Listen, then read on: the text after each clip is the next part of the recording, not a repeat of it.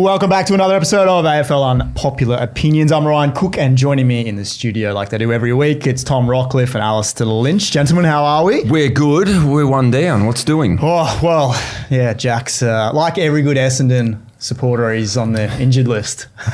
But he has he's given me a bit of mail to pass on. He says Jordan Ridley is a rat. He's a rat. Is a rat. He's done. That's because Jordan wants to come to Brisbane. Yeah. He's turned on him. He's not happy. He's not happy. Oh, that's no good. Well, how has it turned? It's turned for Brisbane. It's a destination club. Whereas, what was it, 8-9 years ago? Everyone was walking out. Geelong 2.0. Well, how are you fitting them all in? Well, you pay unders. You don't have to. I mean, you have a period of time when you've got to pay overs to retain, but you can't sustain that. But if you can break it, the cycle, and now people want to come, you'll pay them unders to be a part of a successful side, or what you hope to be a successful side. Obviously, winning helps everything, so that is a big factor. But I think COVID also helped the factor of Queensland footy, because people come and they're in hubs up here in the middle of winter. They're like, What's going on here? How come it's like 24, 25 every day? Who was it? Was it St Kilda? Who was it in Noosa? I think it was St Kilda. St Kilda, I reckon. Yeah, so 120 days in Noosa. I mean, how good? That's where Dimmer met his now wife, isn't it? I'm not going to go down that path. Whack off the top. Yeah, fair enough. But yeah, I mean, it's got a lot of good factors to it, and a lot of people.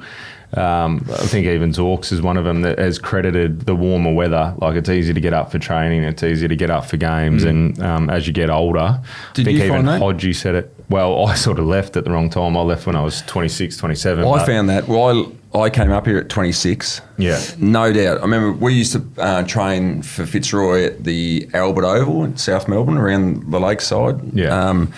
And I know my hands, who, as we do, we break away our fingers. So there's arthritis even in the mid-20s. Yeah, that's right, that whole thing. But in mid-20s, remember hands being sore at training. 6 o'clock on a winter's night in Melbourne compared to training by time, because we went full-time as well. You train 3 o'clock, 4 o'clock, 17 degrees, no breeze.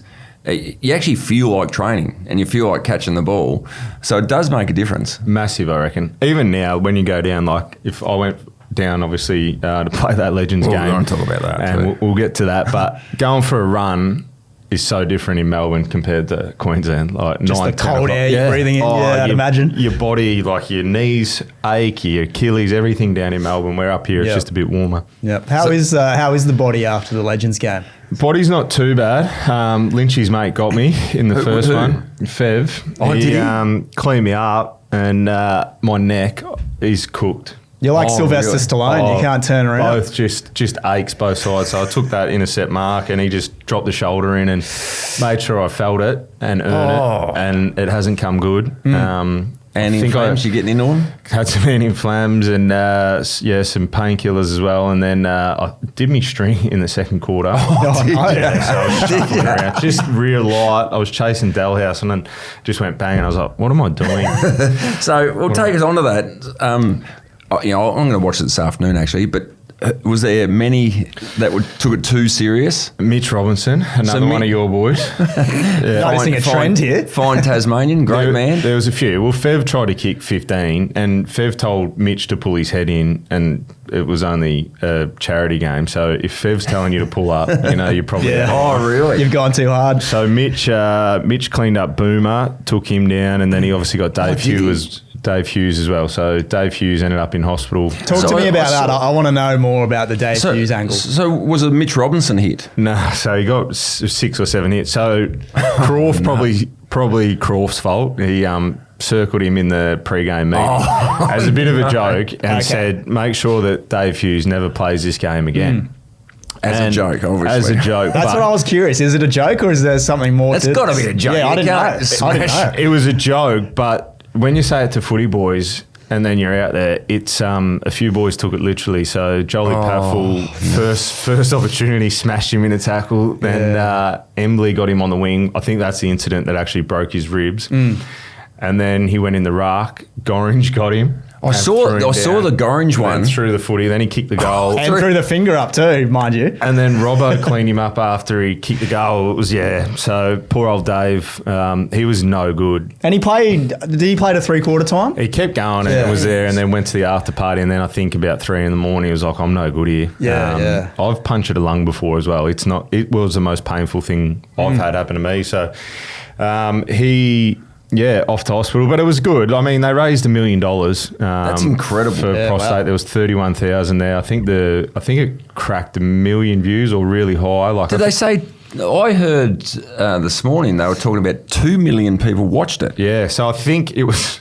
Don't quote me about it. It's probably the best Thursday night game of the year. Don't quote me with that. Pretty low bar, I'd have to say. Yeah, there wasn't a great game, but everyone tuned in, and I've never seen anything like it, Lynchy. So you're obviously still listening to the wireless, but there's a big wide world out there of online content. And I'm not exposed to that, but I have heard references to this. Pre and post game, so you sort of can go around the crowd and sign a few autographs, take a few pictures or whatnot. Every single person in the crowd, can you send Dan over? Can you send Gorringe over?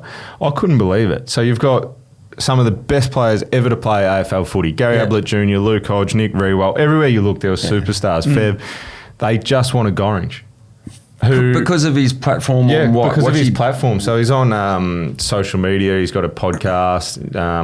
So it's obviously got a big following, and I think people can relate to it. He takes the mickey. He keeps it real. Yeah. He's very opinionated. And he knows that he wasn't very good at footy, but sort of plays on it a bit. He's a diehard Carlton man, so they love him. And did he get a heap of people to attend? He sold 4 bays.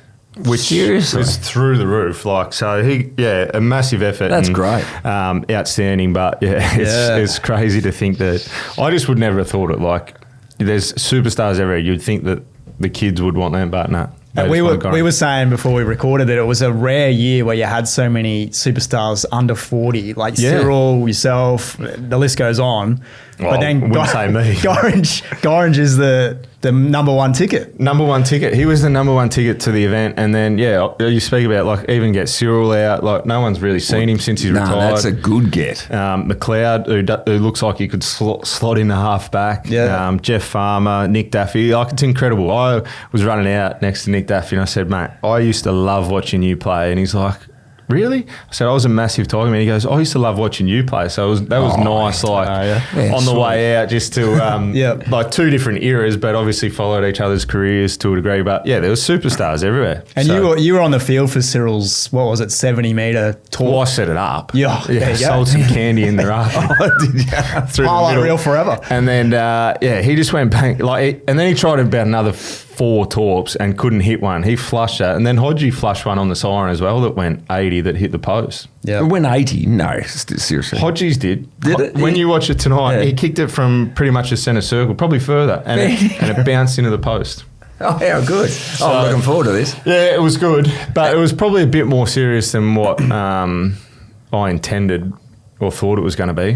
A lot more younger blokes there, so it was good, well worth it, and as we said, raised some good money. Yeah, good money. Refreshments afterwards. So there was post-game recovery session. Post-game, so everyone came into the Allies rooms or the All-Stars rooms after it, so there was 1 million people in there. You couldn't move, and then I think the Vics went to their rooms, had some, and then there was an event upstairs. There's a nightclubby thing at Marvel, which I never knew, and went up there, and I walked out about 1 o'clock and got a flight home at 6. No, so Dan Gorringe was the number one ticket holder, basically. Everyone loved him. Who was the big dog in the room, though? So you got all the players. So outside, Dan's got all the supporters. Or is there a big dog in the room that was holding court, or who was the alpha male? Great question. It's a good question. Because Gaz is a pretty insular sort of guy. I mean, he's probably the highest ranked person in there. Not necessarily in the All-Stars room. I mean, the night before they had a fair crack. Stevie Johnson, I seen him at breakfast on Thursday morning. He was red. He was bright red. And I'm not sure he'd been to bed. He was trying to eat I don't even know what he's eating. His scrambled eggs, and I think he was missing his mouth. So him and Chad Corns had a bit of a crack. But, I mean, I sit there in awe of most of them. I was in the corner, and I had McLeod one side, Cyril the other side, And I was like, that's pretty big. pretty cool.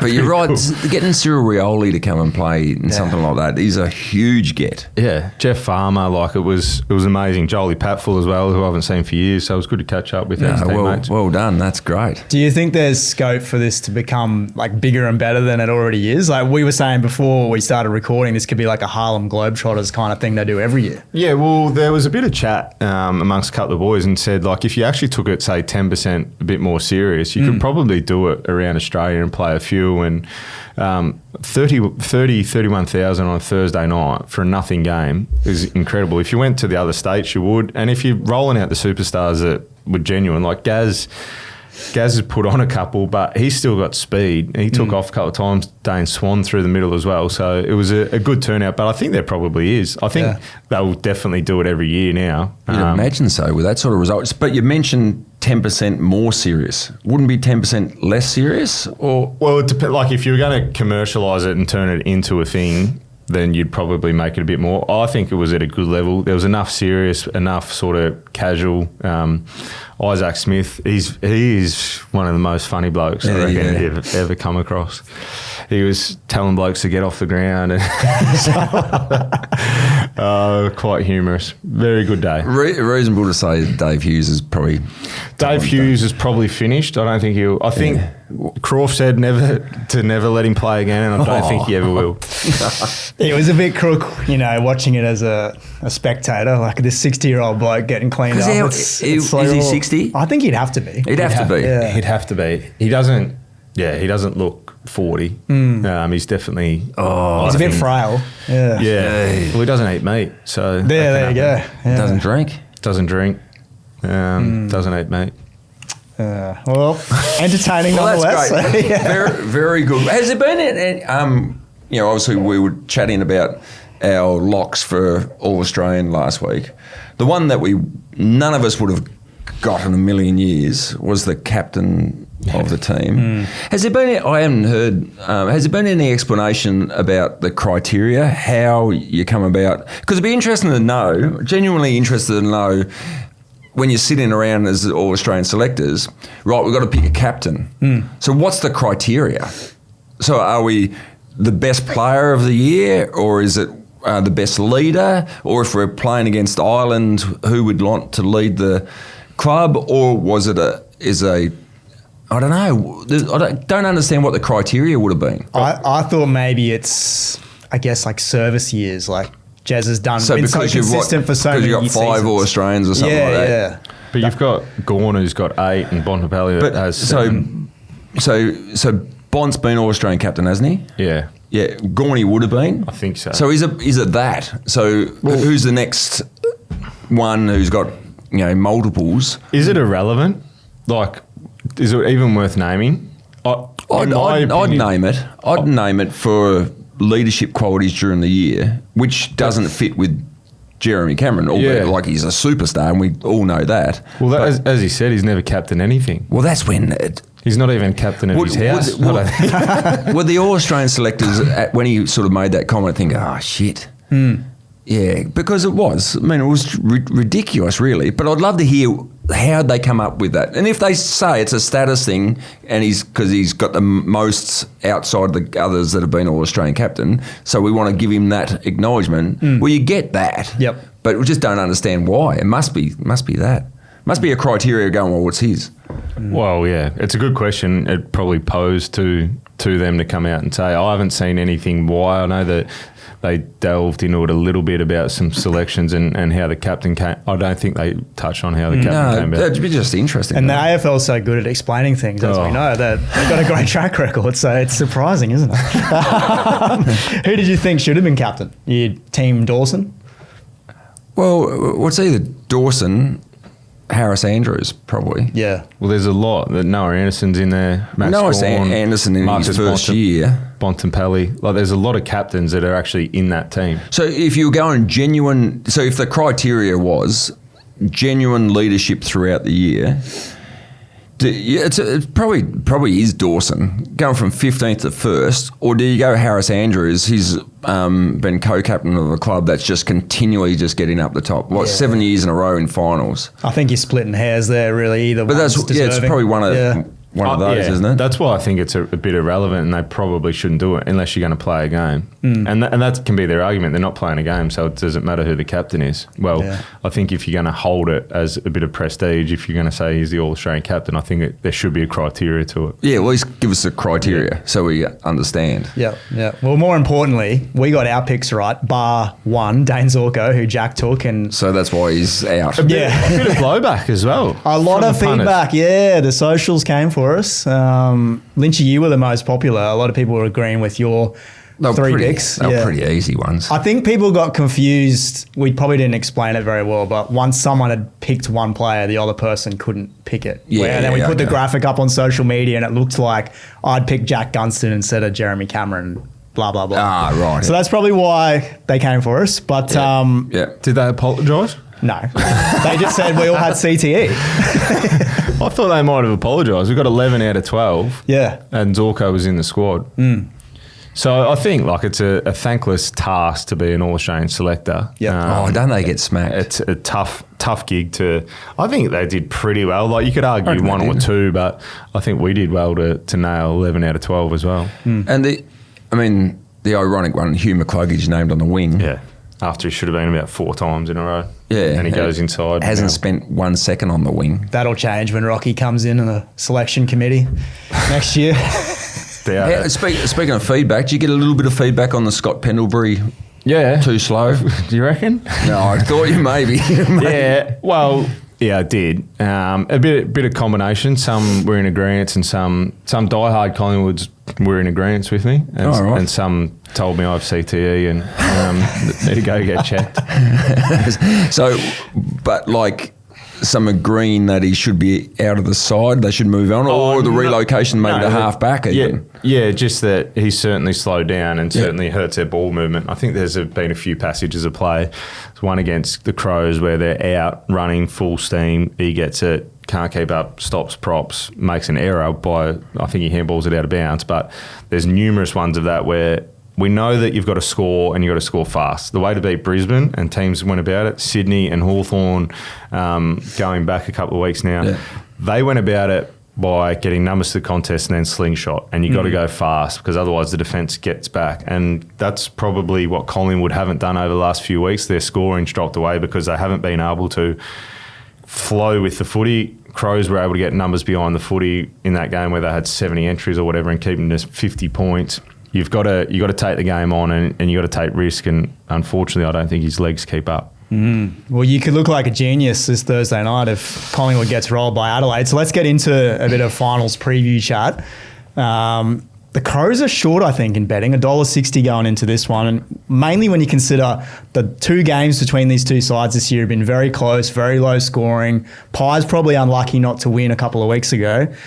Bobby Hill's certainty to be out. McCreary's in a bit of doubt as well. So where are we at on Collingwood? So Hill's a certainty to be out. From what I've heard this morning, because he's back training, isn't he? Yep. I think it might come down because it'll be Collingwood can compete in clearances, the midfield, and obviously their territory game. It might come down to someone like Jamie Elliott. Those half chances, which they obviously didn't take last time with the 71 inside 50s.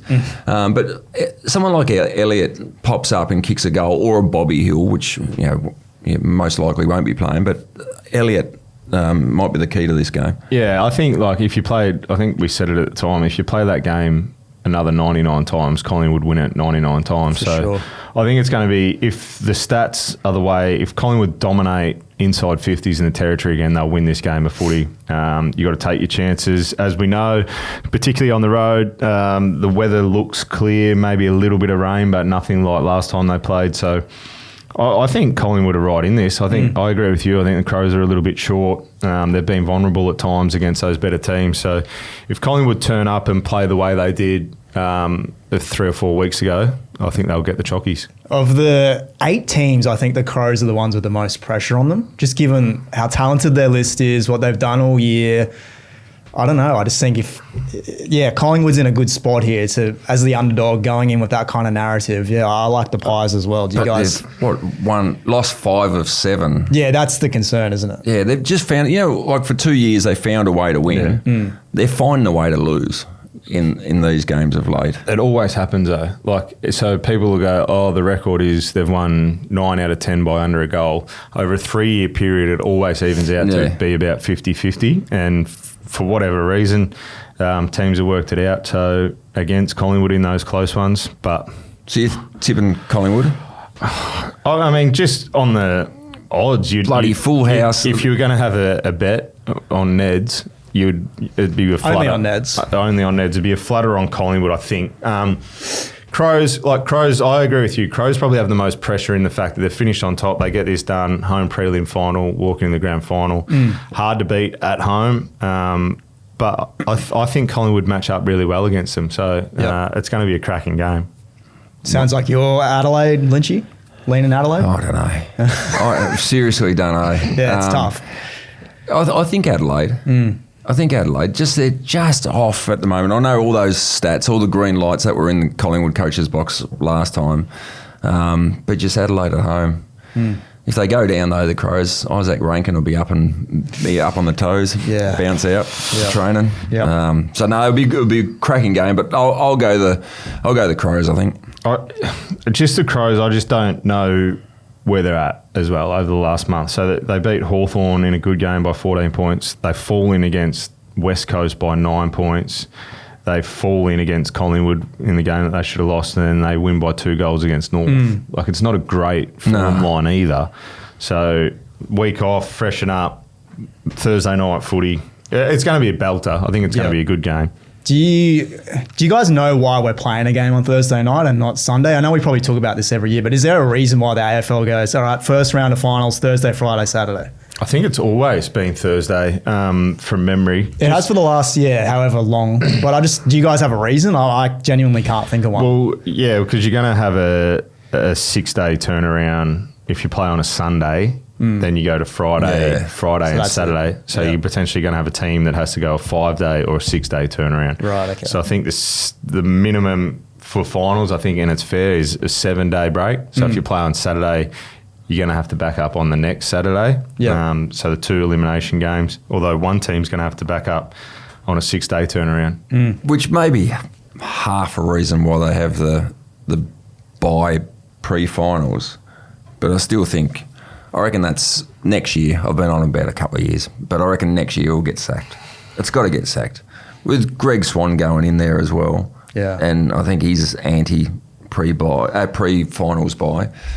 Just give the advantage to the top clubs. They've earned it over a long period of time.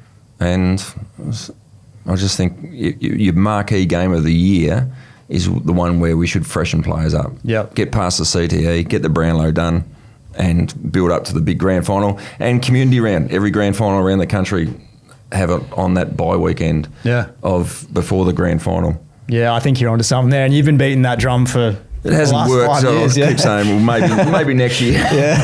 Let's move on to Cats Lions. We've done this one plenty of times before. Bit of a bogey team for Geelong. Jack weighed in with his other hot take through the messages. He thinks the winner of this goes on to win the flag. I don't know if you guys share those thoughts. I think Brisbane are the number 1 seed, and I'm actually blown away that they're the outsiders in this one. I think they'll go down there and get the job done. Geelong, it's hard to get a line their form up. They haven't played anyone for a long period of time. So are they going as well as we think they are, or are they not? They've played a lot of bottom teams. So I think it's 6 or 7 weeks in a row. They've played no one inside the 8. So I don't think Brisbane hold any fears taking on Geelong. They went down there, got them done on their home deck, which they haven't done for 20 years. They got them in the prelim last year. So I think they match up really well against the Cats. Lockie Neal comes back in. They look really balanced. Berry back as well. So the only thing, Brisbane will beat themselves in front of goal. That's the only thing that will happen. So I'm leaning towards Brisbane. I think they'll get the job done. And it may be a preview for the grand final. Geelong may find it the long way home, but I think Brisbane get it done and then go to a home prelim, get it done, and off to the big dance again. What do you do? So Oscar McInerney's got through the 2s successfully. What do you do with the ruck situation, you reckon? Yeah, I'd probably play him. He's a premier ruckman. So you play him and drop Darcy? No, I play forward in the forward line, and someone makes way, whether it be a Day or the young kid as well. what's his name? He's a star. Well, he's going to be a star. He's probably in trouble then if we can't even think of his name. Focus on the ruck work, Lynchy. No, I'm not focusing on anything to do with that. Gallup. Yes. Gallup will be a good player. He got subbed out. Just take a little bit of time. So I would I'd play Fort as well because I think Fort can kick goals. But then if something happens to Oscar, you've still got him in the ruck. No, I think I'd go that way as well. So you're both Brisbane? Brisbane. Yep. Okay. Let's go Giants Hawks. I think this one could go either way. I don't know if Jesse Hogan's playing. That's going to be the big watch. It will be a watch because he's had a few weeks out and it's been troubling him for quite a while. Now, didn't I hear over the weekend or late last week, so the screw in his foot is causing the pain. Yep. So if it's just a pain issue, he might play. He wouldn't be close to 100% though. That's the thing. Even if he does. Provides a good target. I think he gives him a target out of the goal square. It'll be a good game. It'll be I'm a great game. with you, Ryan. I can't. Be a bit of speed in the game. Giants probably at home is the only factor, but again, Hawthorn don't have any fears. They were pretty good against Brisbane. Weddle might come back in. So Weddle's played half a game in the twos. He was pretty good on the weekend too. Yeah, so just managed minutes. So whether they'd be tempting to bring him in. I mean, you've got to be prepared to play the whole game. You can't just put him as a sub. Yep. Unless he's actually right to go. So that'll be a must-watch at Thursday night selection table. Well, I think if the Giants win, they get through to a prelim, maybe. Who do they play? They'll play Geelong, won't they? Geelong or Brisbane. Maybe not. I think just the Giants in a really, really close one. I think Giants. Yeah. Hawthorn were good against Brisbane, but Brisbane probably should have won it by 40 or 50 if they had a kick straight. Oh, yeah. And one of the issues with Hawthorn over the season, and they were better against the Lions actually, was their midfield, that clearance game. That's been an issue for the Giants as well. Both teams have been a little bit better of late, but I reckon if the Giants can match in the midfield, I think their run might be a bit too good. I think the weapons in the front half for the Giants, Toby Green, he had those couple of big moments late, but yeah. Speaking of the Giants, digressing for half a second, Finn Callahan stiffed not to make All-Australian? Yeah, absolutely. Well, we sat here last week, who do you squeeze in and out? Yeah. Like, it's really hard, especially the midfielders. I mean, you got Sarong on the interchange as well. There's a few guys you could make that kind of case for. Max Holmes as well, didn't make it for Geelong. He had a really good year. And then you could say, well, Bont missed the first 5 or 6 weeks. Yeah. So it's a thankless task, but he had a good season. Yeah.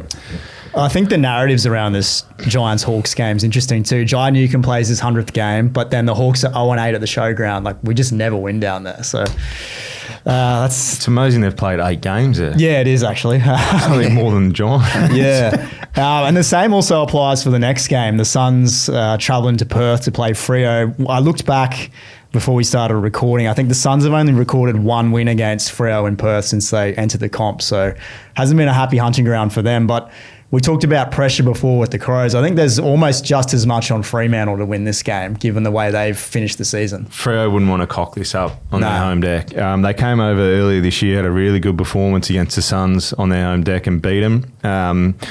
I'm in agreement with you. The pressure on 2 teams this week is Freo and the Crows. Freo, Suns' first crack at finals, sold out, daunting environment, 60-odd thousand for the Suns to walk into. We know the Suns fan base just isn't there, and it's a long trip over there. So it's going to be as one-sided crowd as you'll get for the weekend, I think. So pretty daunting for the Suns to walk in. Can their midfield step up? That's where it's going to be won or lost in the midfield for both these teams. I think they've both got weapons at either end that can do some damage, but it's going to be a midfield battle. Yeah. I'd like to see. I want to see how Dan Rioli goes. He could cause enormous headaches for the coaches' box in the Fremantle Dockers if that run gets up and going. But yeah, you'd think they're well drilled. Freo at home. Big task, but how exciting for the Suns. I mean, they should just love that.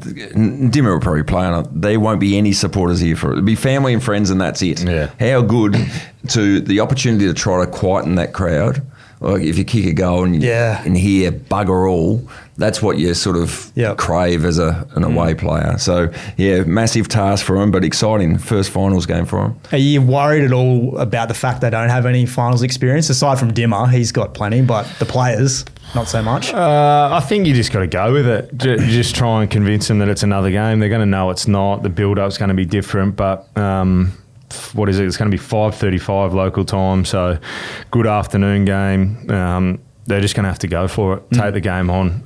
I think that's the most important thing for them. See them, the last couple of losses that they had, particularly on their home deck, they got a little bit against, I think it was the Giants and against Port Adelaide. Sorry, they just played a little bit safe. Yeah, and they looked like they had no energy. Yeah, so that I think conversely, because he plays safe, you go long down the line. They got a slingshot, get to the corridor. That's when they're at their best. Go long out of defence, get numbers to the contest, and then cut up the opposition through the corridor. If they do that, that's when they look energised. They look like they're full of run.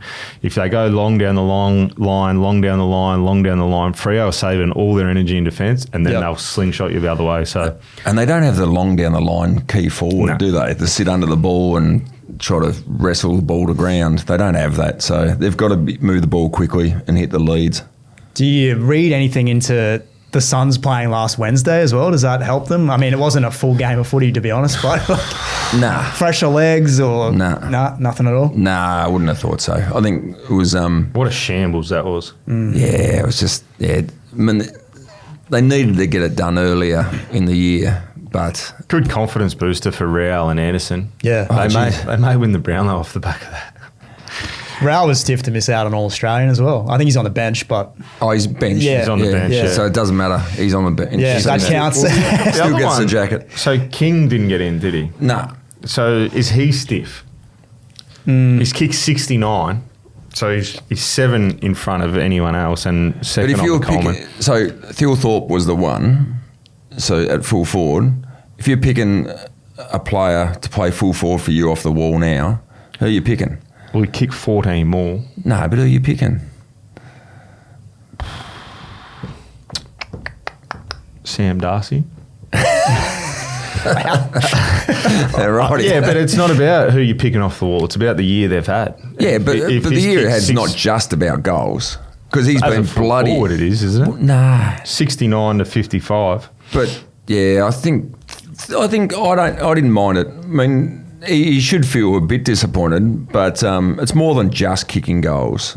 And I think it's what we're talking about, the long down the line stuff. Thilthorpe's very good at that. If they want to bail out kick to a contest, he had a good year. I'm not taking anything away from him. No. And yeah, he should quite understandably feel a bit flat that he didn't get in. But it's a hard decision, isn't it? Tough gig. It is. Before we get out of here, a couple of questions. First, which team do you think goes out in straight sets? Straight sets. The Pies are showing that form. I think the top 4 will be in the prelim. Okay.